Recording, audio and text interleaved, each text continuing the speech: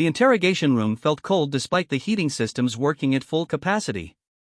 Ambassador Kethvar sat across from the recording device, his scaled hands trembling slightly as he reached for the water container.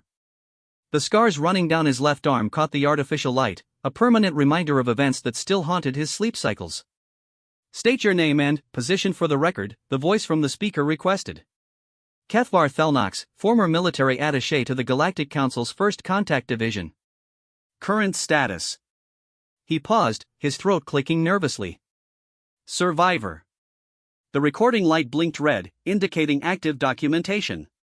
Kethvar knew this testimony would reach every corner of the galaxy. His words would either save countless lives or condemn entire species to the same fate his people had suffered.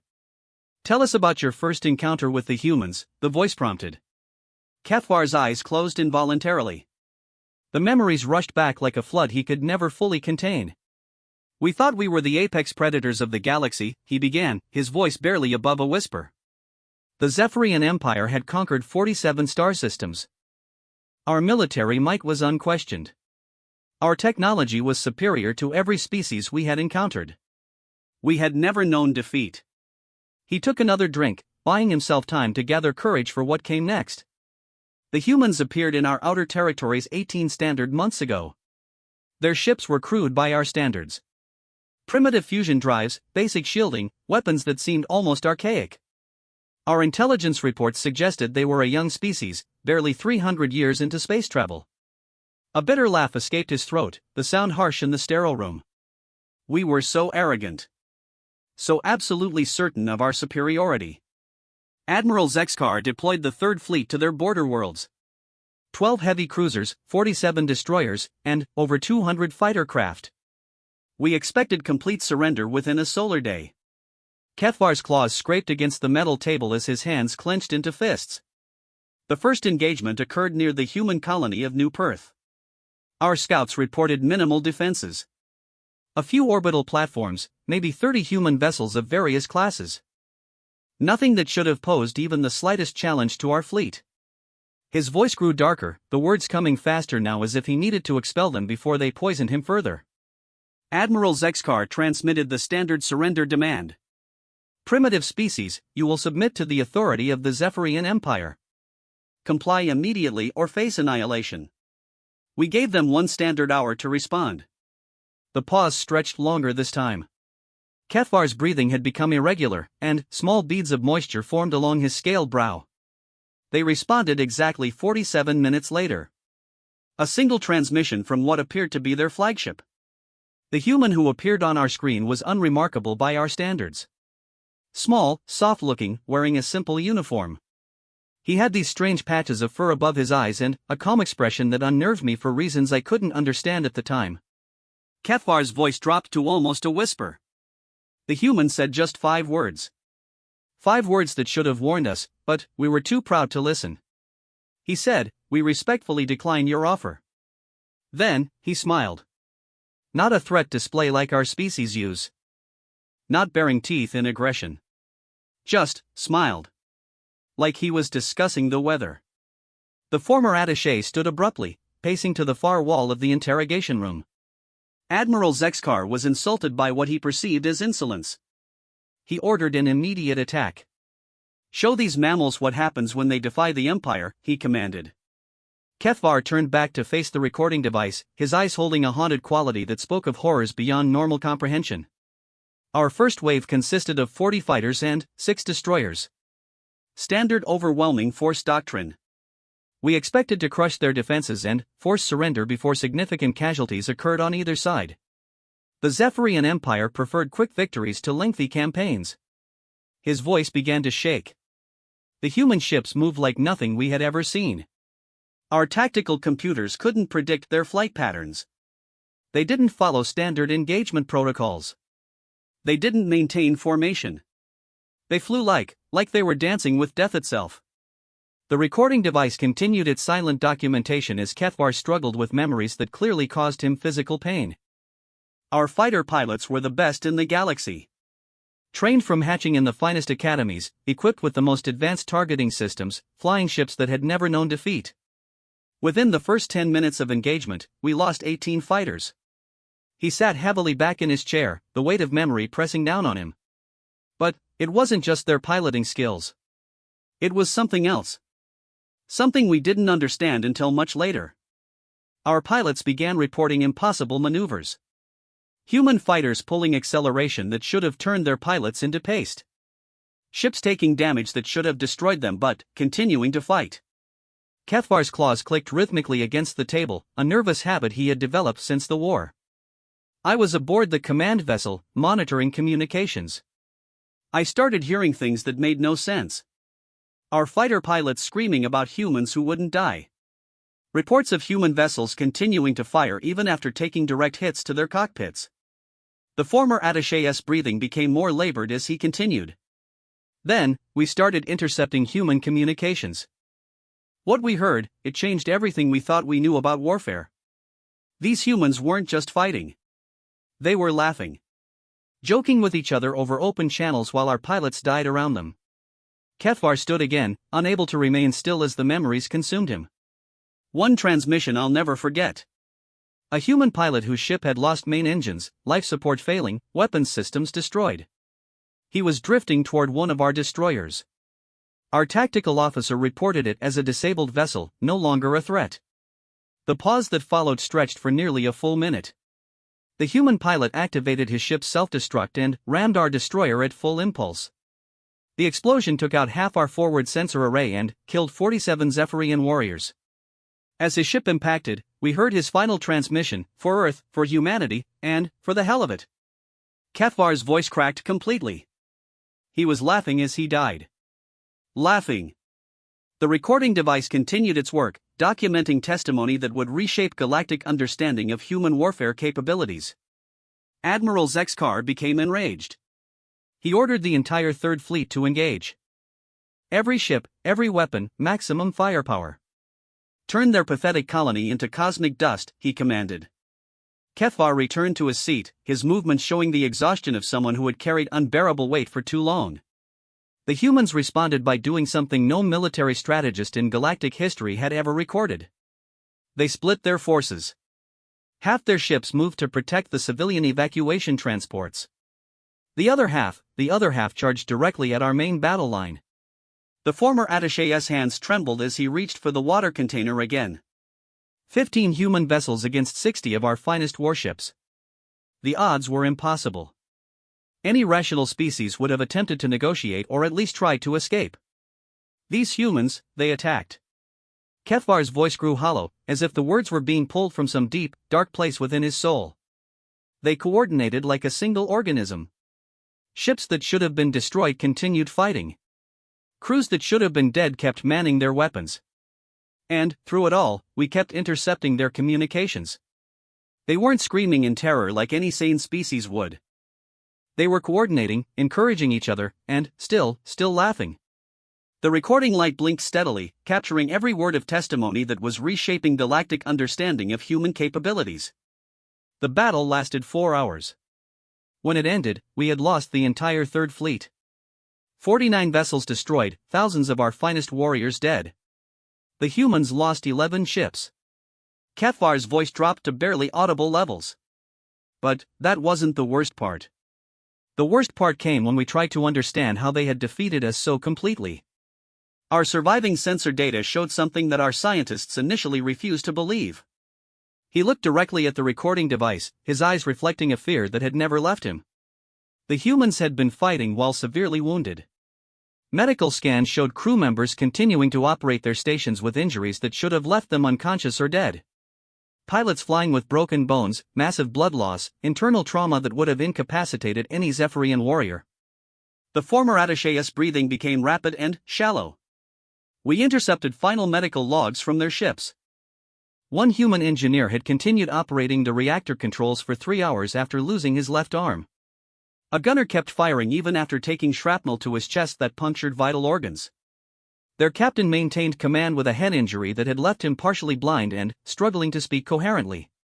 Kethvar stood and walked to the wall, pressing his scaled forehead against the cool metal. They weren't just willing to die for their cause. They were willing to live in agony to keep fighting. To keep protecting their civilians. To keep killing us. The silence stretched for several minutes before Kethvar returned to his seat. The evacuation was successful. Every human civilian escaped. And, as our scattered survivors tried to understand what had happened, we received one final transmission from the human colony. His voice became barely audible. It was the same human who had declined our surrender demand. His face was covered in blood, his uniform torn and burned. But he was still smiling. He said, "Thank you for the warm-up.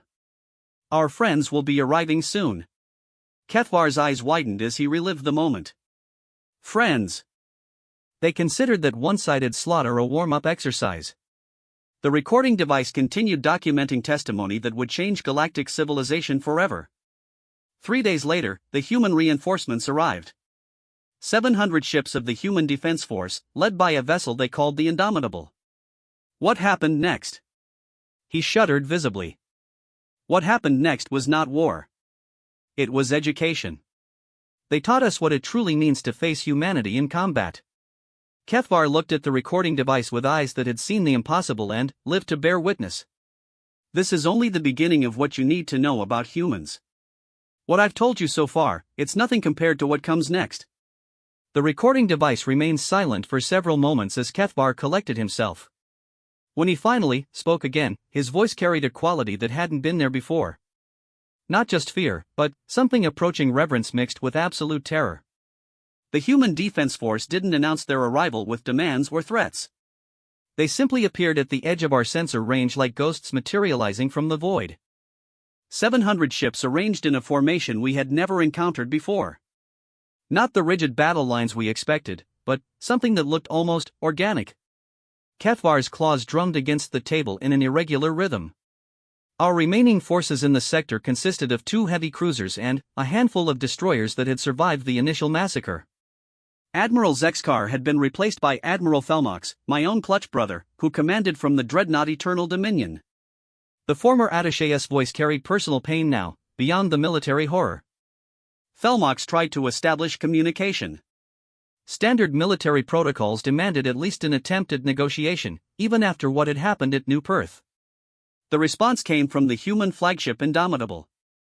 Kethvar stood and began pacing again, unable to remain still when discussing what came next. A human female appeared on our communication screen. She wore the uniform of what we later learned was a fleet admiral, but that wasn't what made her memorable. It was her eyes. They held no anger, no hatred, no emotional response we could identify. Just absolute, terrifying calm. He stopped pacing and faced the recording device directly. She introduced herself as Admiral Sarah Chun of the Human Defense Force. Then, she said something that still echoes in my mind: "You attacked our civilians. You killed our defenders. You threatened our children. These are the only facts that matter now." Kethvar's breathing became irregular as he continued. Admiral Felmox attempted to explain our position. He spoke of the Empire's manifest destiny, our right to expand, the natural order of strong species conquering the weak. Standard diplomatic language that had worked with dozens of other species. The former attaché's voice grew smaller. Admiral Chen listened to the entire speech without interruption. When Felmox finished, she was quiet for nearly 30 seconds. Then, she smiled. Not the gentle expression we had seen from the colony commander, but something that made every warrior on our bridge step backward involuntarily.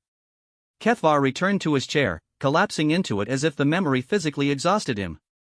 She said, "Your empire expanded by conquering species that valued their own lives above all else.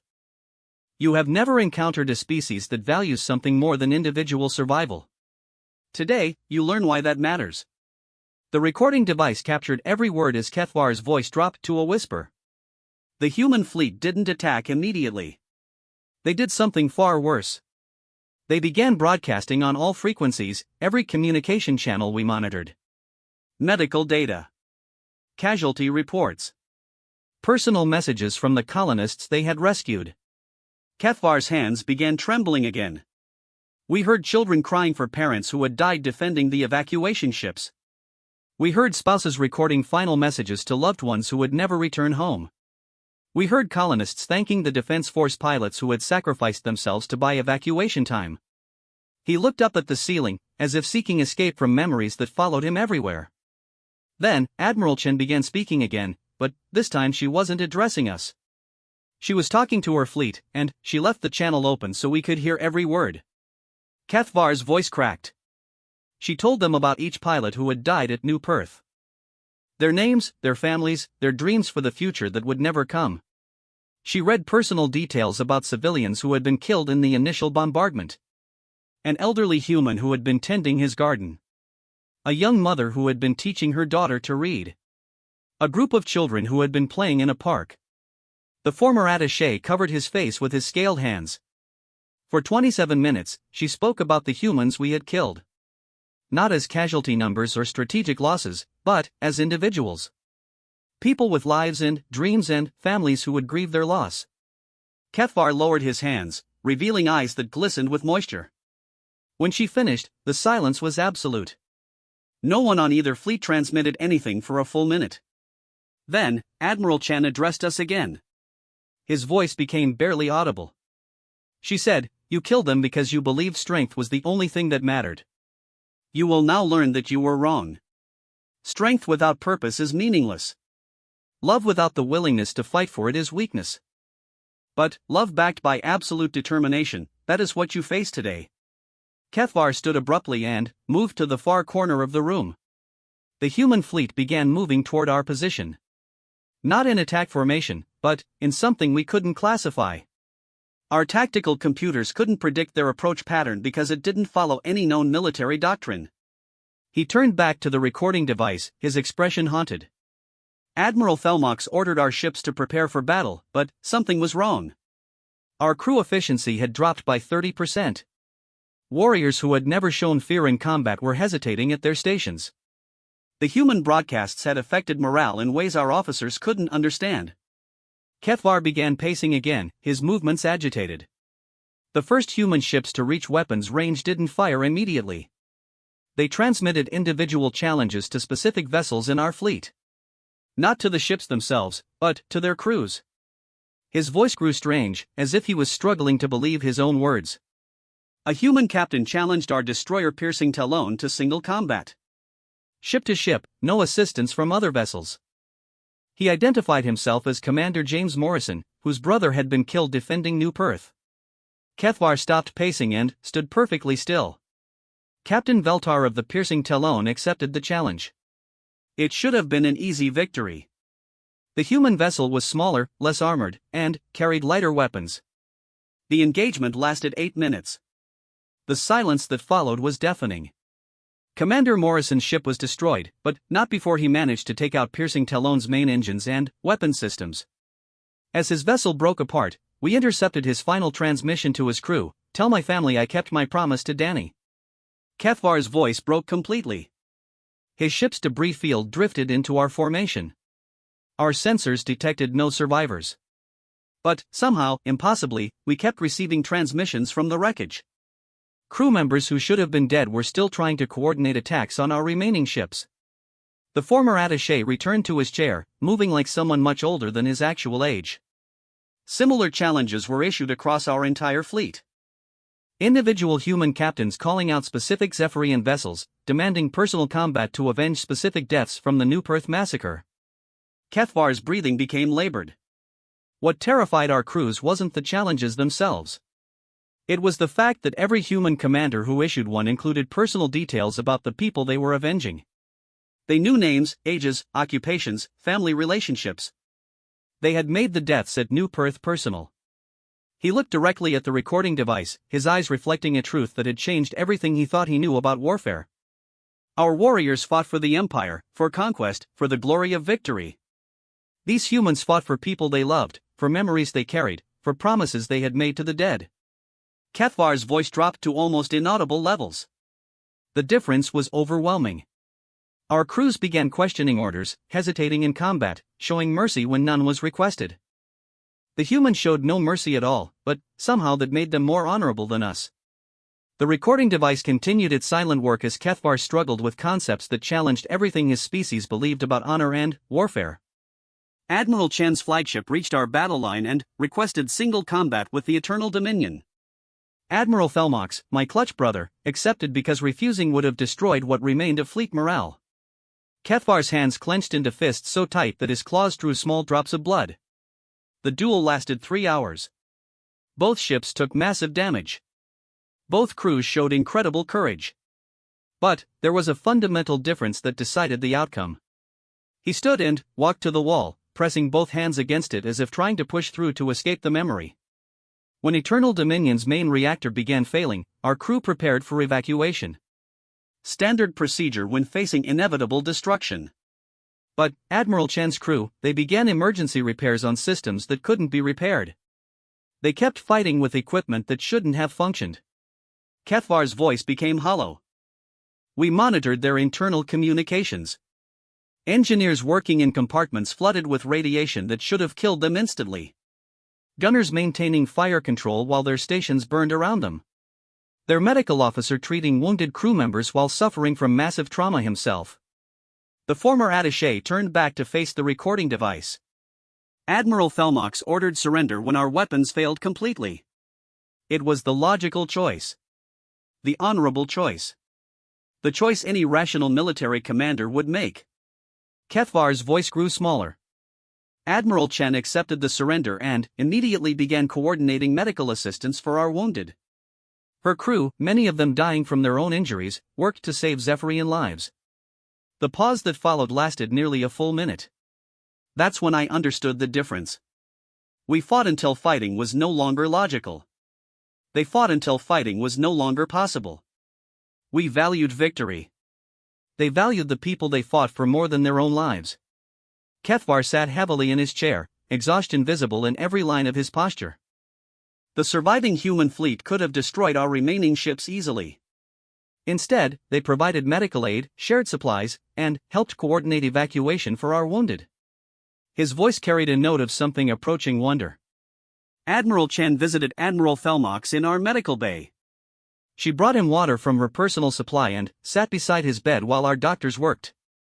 She told him about the humans who had died at New Perth, but not as accusations. As remembrances. Kethvar looked up at the ceiling again. My clutch brother, Admiral Felmox, died 3 hours later from his injuries. Admiral Chen was holding his hand when he passed, listening to him speak of his own family back on Zephyr Prime. The recording device captured the sound of Kethvar's quiet sobbing. She could have let him die alone. She could have shown hatred or contempt. Instead, she showed him the same compassion she would have given to one of her own people. When Kethvar finally looked back at the recording device, his expression had changed fundamentally. That's when I realized we hadn't just lost a battle. We had encountered something our empire had never faced before. A species that fought with love instead of hatred. A people who valued the lives of their enemies even while killing them. His voice carried absolute conviction now. The human fleet departed 3 days later, taking our surviving ships as escorts back to Zephyrian space. They could have kept us as prisoners or slaves. Instead, they treated us as honored opponents and helped us return home to warn our people. Kethvar stood for the final time, facing the recording device directly. But the real lesson, the one that would reshape everything we thought we knew about humans, that came when we reached Zephyr Prime and discovered what had been happening in other sectors while we fought at New Perth. His eyes held knowledge that clearly terrified him. The humans hadn't just sent 700 ships to avenge one colony. They had deployed their entire military across 60 star systems simultaneously. And, everywhere they went, the same pattern repeated. Kethvar's voice dropped to a whisper that somehow carried more impact than shouting. Love backed by unlimited determination. Mercy shown to enemies who had shown none. Victory achieved not through superior technology or numbers, but through a willingness to sacrifice everything for people they cared about. The recording light blinked steadily as Kethvar delivered his conclusion. What I've told you about combat is nothing compared to what humans do during peace. That's when they become truly terrifying. Kethvar sat motionless for nearly 5 minutes before continuing. When he finally spoke, his voice carried a quality that suggested he was discussing something beyond his ability to fully comprehend. The human fleet escorted our survivors back to Zephyr Prime, where we discovered that everything we thought we knew about warfare had become irrelevant. The humans hadn't just defeated our third fleet. They had engaged 17 different Zephyrian battle groups across 60 star systems simultaneously. The former attaché's claws scraped against the table surface, leaving small gouges in the metal. But that wasn't the shocking part. The shocking part was what they did after achieving total military victory. Every species we had ever conquered understood the natural order. Defeat meant submission, slavery, or extinction. The humans introduced us to a concept our language didn't even have words for. Kethvar stood and began pacing, but his movements were different now. Less agitated, more like someone trying to work through an impossible puzzle. They called it rehabilitation. Not punishment for our crimes, but correction. They arrived at Zephyr Prime not as conquerors, but as teachers. The recording device captured the confusion in his voice. Admiral Chan requested permission to address our High Council directly. Not to dictate terms of surrender, but to explain human intentions for our species' future. The Council, having lost nearly 60% of our military force in less than a standard month, granted the request. Kethvar stopped pacing and faced the recording device. What happened in that council chamber changed everything we understood about intelligence, diplomacy, and the nature of civilization itself. Admiral Chan didn't arrive with weapons or guards. She came alone, carrying only a datapad and wearing a simple diplomatic uniform. His voice grew smaller, as if he was afraid of being overheard. She began by apologizing for the deaths of Zephyrian warriors during the conflict. Not for defending themselves, but for the necessity of killing people who were fighting for what they believed was right, even though their beliefs were wrong. Kethvar returned to his chair, sitting carefully as if the memory was physically fragile. Then, she did something that broke our understanding of victorious species. She offered reparations. The humans wanted to pay for the damage they had caused to our ships, compensate families who had lost warriors, and provide medical care for survivors. The former attaché's breathing became irregular. Council leader Zethmar accused her of mockery. No conquered species had ever offered to compensate their conquerors. Admiral Chan's response was simple: "We didn't conquer you. We stopped you." There's a difference. Kethvar's voice carried a note of wonder. She explained that human military doctrine recognized three categories of opponents. Enemies, who must be destroyed completely. Competitors, who must be defeated but could be respected. And patients, who needed healing rather than punishment. He looked directly at the recording device, his eyes reflecting understanding that had come at great personal cost. The Zephyrian Empire, she explained, was classified as a patient. A civilization suffering from a disease of thought that made expansion through conquest seem logical and necessary. Kethvar's voice dropped to barely audible levels. She presented medical evidence that we didn't understand at the time. Psychological profiles of Zephyrian warriors, social analysis of our expansion patterns, economic data about our conquered territories. Information gathered not through espionage, but through careful observation during our battles. The former attaché stood and moved to the far wall, pressing his forehead against the cool metal. The humans had been studying us while we fought them. Learning not just our military capabilities, but our culture, our motivations, our fears. They understood us better than we understood ourselves. Kethvar turned back to the recording device, his expression showing the weight of revelations that had reshaped his entire worldview. Admiral Chen told our council that human analysis indicated the Zephyrian expansion was driven not by strength, but by deep cultural insecurity. Our need to conquer came from fear that we weren't strong enough to survive without dominating others. His voice cracked. She was right. Our entire civilization was built on the terror that someone stronger would do to us what we did to weaker species. Conquest wasn't our strength. It was our weakness. Kethvar sat back down, moving like someone much older than his actual age. Then, Admiral Chan presented her proposal for Zephyrian rehabilitation. Not punishment, not slavery, not extinction. Education. The recording device captured the sound of Kethvar's quiet disbelief. She offered to share human technology, human social systems, human approaches to interspecies cooperation. In exchange, the Zephyrian Empire would be dissolved and replaced with a democratic confederation that included all the species we had previously conquered. Kethvar's hands trembled as he continued. Council leader Zethmar demanded to know what prevented humans from simply enslaving us as we had enslaved others. Admiral Chan's answer changed everything: "Our children are watching. We cannot build a galaxy, we're ashamed to leave them." The former attaché's voice became hollow. That's when I realized the true source of human combat effectiveness. They weren't fighting for territory or resources or even survival. They were fighting to create a future their children would be proud to inherit. Kefvar stood and walked to the corner of the room, as if trying to escape memories that followed him everywhere. The transformation began immediately. Human engineers arrived to help rebuild the worlds we had damaged during our expansion. Human doctors came to treat species we had conquered. Human teachers began working with Zephyrian children to explain concepts like cooperation and mutual respect. His voice carried growing amazement. But the most shocking thing was how they treated former Zephyrian warriors. Instead of punishment or imprisonment, they offered positions in the new Confederation Defense Force. Not as slaves or auxiliary troops, but as equals working toward common goals. Kefvar turned back to face the recording device. I was assigned to work directly with Admiral Chen during the transition period. Every day, I expected to discover the hidden agenda, the secret plan for human domination. Instead, I learned about their actual long-term strategy. The former attaché's voice grew stronger, carrying conviction born from direct experience. Humans plan for centuries into the future. Their goal wasn't to rule the galaxy, but to create a civilization where rule by force was unnecessary. Where conflicts were resolved through negotiation rather than warfare. Where every species could contribute their unique strengths to common prosperity.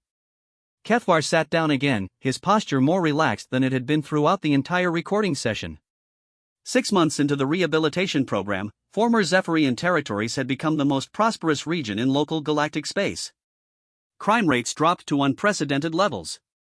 Scientific advancement accelerated beyond anything we had achieved during our military expansion. The recording device captured a note of genuine warmth in Kefvar's voice for the first time. Species we had conquered for centuries began volunteering to serve alongside former Zephyrian warriors in the defense force. Not because they were forced to, but because they wanted to protect the new civilization they were helping to build. Kefvar's expression showed something approaching peace. That's when I understood what made humans truly terrifying. Not their willingness to die in combat, though that was impressive. Not their advanced technology, though they had that too. Not even their tactical brilliance, though they consistently outmaneuvered superior forces. He looked directly at the recording device, his eyes clear and focused for the first time in the entire session. What made humans terrifying was their absolute commitment to making their enemies into friends. Their refusal to accept that conflict was permanent or that hatred was natural. Their insistence that every species, no matter how violent or aggressive, could learn to be better. Kefvar's voice carried absolute conviction. They conquered the Zephyrian Empire not with superior firepower, but with superior imagination. They could envision a future where Zephyrians contributed to galactic civilization instead of threatening it. And then, they worked to make that vision real. The former attaché stood for the final time, his movements confident and purposeful. Admiral Chen retired from active military service after the Zephyrian rehabilitation was complete. She accepted a position as Director of Interspecies Relations for the new Confederation. Her first official act was to formally apologize to the families of every Zephyrian warrior who had died during the conflict. Kefvar's voice grew soft but clear. Her second act was to establish memorial gardens on every world where battles had been fought. Not just for human casualties, but for all casualties from both sides. She insisted that everyone who died during the conflict had been fighting for what they believed was right, and deserved to be remembered with honor. The recording device captured the sound of Kefvar's steady breathing as he reached his conclusion. I serve now as Assistant Director of Interspecies Relations, working alongside the woman who defeated my people so completely that we became grateful for the defeat. Every day, I see former enemies collaborating to solve problems that seemed impossible when each species faced them alone. Kefvar moved closer to the recording device, speaking directly to it as if addressing every being who would ever hear this testimony. This is what you must understand about humans. They don't just win wars. They end the need for wars. They don't just defeat enemies. They create friends. They don't just survive in a hostile galaxy. They transform it into a home. The former attaché's voice carried absolute certainty. If your species ever encounters humanity in conflict, you have one chance for survival. Surrender immediately and ask for rehabilitation. Fight them, and you will lose. But lose to them, and you will discover what it means to win something far more valuable than any military victory. Kethvar stepped back from the recording device, his testimony complete. Humanity's greatest weapon isn't their technology or their tactics or even their courage. It's their unshakable belief that every species in the galaxy can learn to be better than they are. And their willingness to prove that belief is correct, no matter the cost. The recording light blinked off, documenting testimony that would reshape galactic understanding of human civilization forever. That concludes my statement. May every species that hears these words choose wisdom over warfare, and friendship over conquest. Kethvar left the interrogation room walking with the confident stride of someone who had discovered that defeat could be the beginning of true victory.